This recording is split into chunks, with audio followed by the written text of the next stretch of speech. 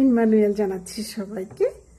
আম, কিছু কিছু মানসিক অক্ষমতা যুক্ত ছেলেরা আছে যারা ছোটবেলায় তাদের মানসিক গ্রোথটা বৃদ্ধি পায় না, কিন্তু মায়েরা জানে যে তাদের একটু মানসিক সমস্যা আছে। আর এই ছেলেরা সাধারণত মার কাজ ঘেঁষা হয়, মার সাথে ঘুমাতে পছন্দ করে, মার সাথে গল্প করতে পছন্দ করে। তো যখন তারা বড় হয় তখন কিন্তু তার মা এই বিষয়টা জানে, কিন্তু যে তাকে বিয়ে করে সে তো আর জানে না।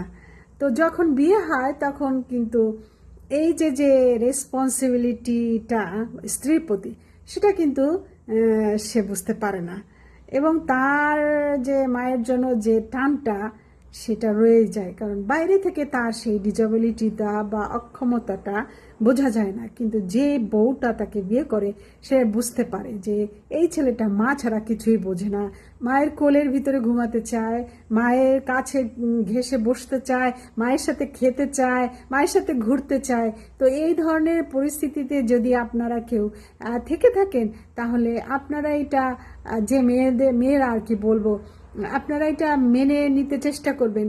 কারণ এটা আসলে সত্যি কষ্টকর, বিয়ের পরে স্বামী যদি মায়ের সাথে ঘুমায়, মায়ের সাথে থাকে, কিন্তু তারপরও আপনাদের বলবো এটা কিন্তু একটা অক্ষমতা।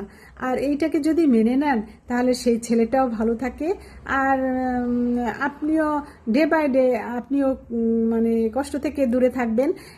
এবং ছেড়ে দেন, ঈশ্বরের কাছে ছেড়ে দেন, ঈশ্বর আপনাকে পিসফুল করবেন।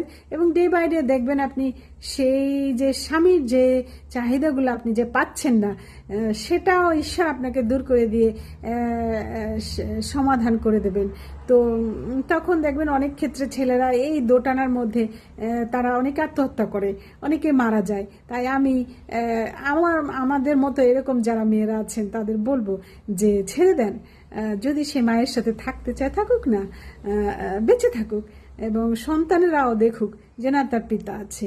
তো তাই আমি বলবো যে সবাই আমরা ঈশ্বরকে যদি ফার্স্ট প্রায়োরিটি দেই তাহলে কিন্তু কখনো কষ্ট পাবো না। তাই আমি সবাইকে বলি, আসুন আমরা বাইবেল পাঠ করি, প্রার্থনা করি, শান্তিতে জীবনযাপন করি। সবাই ভালো থাকুন, সুস্থ থাকুন, এই কামনায় আমি Arpa. Good bye, God bless you.